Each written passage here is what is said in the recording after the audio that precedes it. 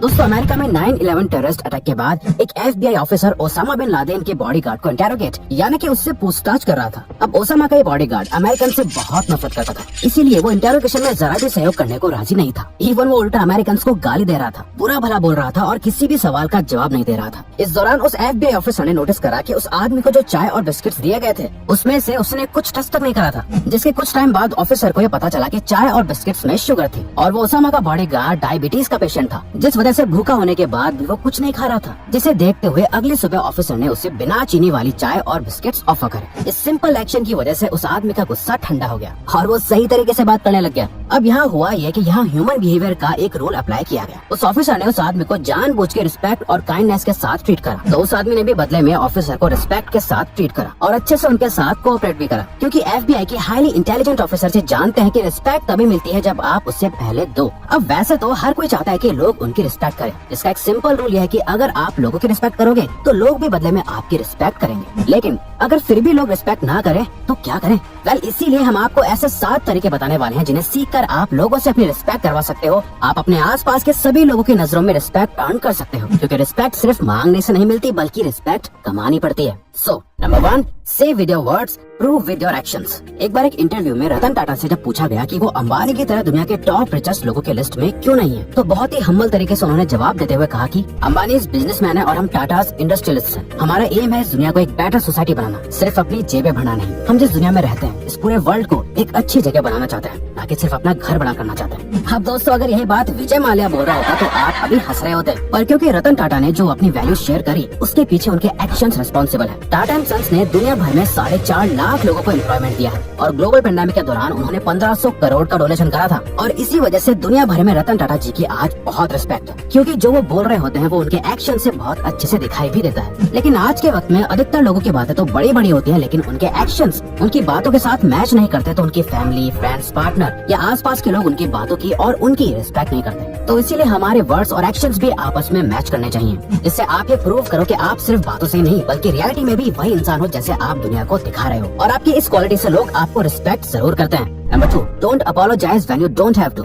दोस्तों अपनी गलती मानना, ये एक्सेप्ट करना कि आप गलत हो और आप अपने आप को बेटर बनाना चाहते हो, ये आपको एक रिस्पेक्टेड पर्सन बनाता है। पर अगर आप बार बार अपनी गलती मानते रहते हो, हर बार सॉरी बोलते रहते हो, तो इससे आप एक वीक पर्सन की तरह नजर आते हो जो हर बार कोई ना कोई मिस्टेक करता रहता है और अपनी मिस्टेक से सीखता भी नहीं। ऐसे लोग अपनी मिस्टेक पर तो सॉरी बोलते ही हैं, साथ ही जब उनकी कोई गलती भी नहीं होती और सामने वाले के डर से या उन्हें अच्छा फील कराने के लिए भी लोग माफी मांगने लगते हैं और बात बात पर सॉरी बोलने लगते हैं। इससे सामने वाला भी उनके लिए रिस्पेक्ट खो देता है, क्योंकि वो हमेशा दूसरों को खुश करने में लगा रहता है और उनका खुद का कोई स्टैंड नहीं होता। इसीलिए चाहे कुछ भी हो जाए, इन 3 चीजों के लिए आपको कभी भी सॉरी नहीं बोलना चाहिए। पहला, जहाँ आपकी कोई गलती नहीं है। दूसरा, जहाँ आपका कोई कंट्रोल नहीं है। तीसरा और लास्ट, जो चीजें आपकी पर्सनैलिटी का पार्ट हैं, जिन्हें आप बदल नहीं सकते और ना ही बदलना चाहते हो, क्योंकि वो आपको यूनिक बनाती हैं। ऐसी चीजों के लिए कभी भी सॉरी मत बोलो और लोग आपकी रिस्पेक्ट करने लगेंगे। नंबर 3, मेक योरसेल्फ ए प्रायोरिटी।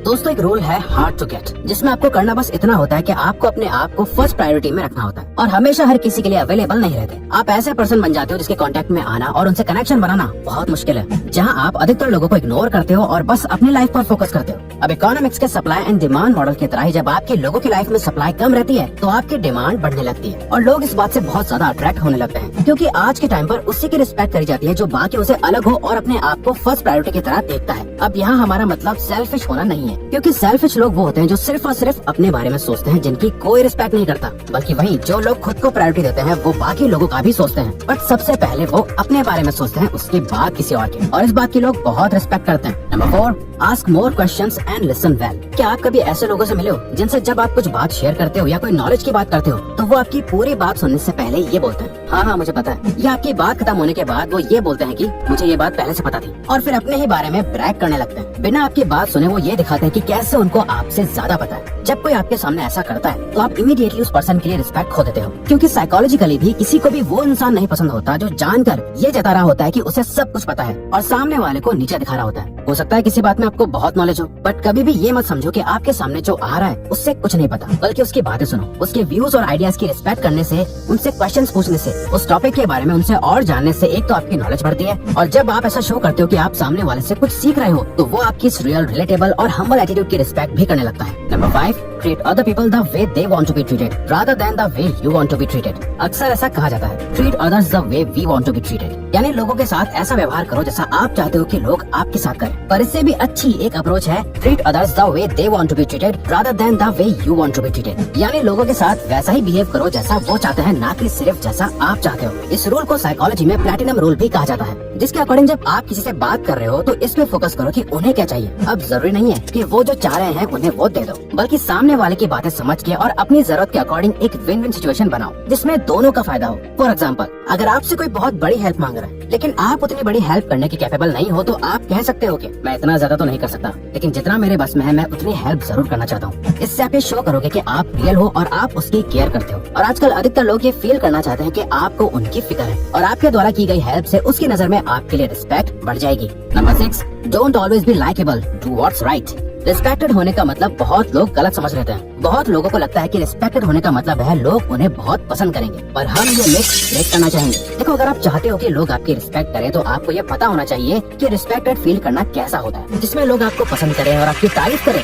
ये जरूरी नहीं, कई बार लोग आपको हेट करते हैं, आपसे जेलस फील करते हैं, पर फिर जब आप उनके सामने आते हो या उनसे बात करते हो तभी भी वो पर्सन आपकी रिस्पेक्ट करते हुए एक लिमिट में रहता है। आपके अच्छे नेचर और मैनर्स की वजह से हर किसी को लाइफ में कभी न कभी मुश्किल डिसीजंस लेने पड़ते हैं, जहाँ बाकी लोग हर्ट भी हो सकते हैं, उन्हें बुरा लगता है, पर अगर आप हिम्मत करके वो करते हो जो सही है, बेशक उसे सामने वाला थोड़े टाइम के लिए हर्ट क्यों ना हो जाए, पर टफ डिसीजन लेने वालों की सभी रिस्पेक्ट करते हैं। वो पर्सन आपसे दुखी हो सकता है, आप पर गुस्सा हो सकता है, पर आपके डिसीजन की रिस्पेक्ट जरूर करी जाती है। Number 7, practice self respect, know your individual rights. और आखिर में सबसे लास्ट और इम्पोर्टेंट पॉइंट है, खुद की रिस्पेक्ट करो तभी लोग आपकी रिस्पेक्ट करेंगे। दोस्तों, हमने पहले भी आपको कहा कि रिस्पेक्ट उसी को दी जाती है जो रिस्पेक्ट को डिजर्व करता है, उसके काबिल होता है। बट ये कैसे डिसाइड करा जाता है कि कौन फेक रिस्पेक्ट कमाना चाह रहा है और कौन एक्चुअल में रिस्पेक्ट डिजर्व करता है? वेल, इसका सीधा सीधा जवाब है, जिन लोगों की रिस्पेक्ट करी जाती है वो सभी खुद की बहुत ज्यादा रिस्पेक्ट करते हैं। उनका कॉन्फिडेंस, सेल्फ एस्टीम बहुत हाई होता है। वो जानते हैं कि वो क्या कर रहे हैं और क्यों कर रहे हैं। उनका अपने ऊपर बहुत हाई सेल्फ कंट्रोल होता है। उन्हें पता होता है कि उन्हें लाइफ में क्या चाहिए और क्या नहीं चाहिए, और ये आप सिंपली उनको देख के कह सकते हो।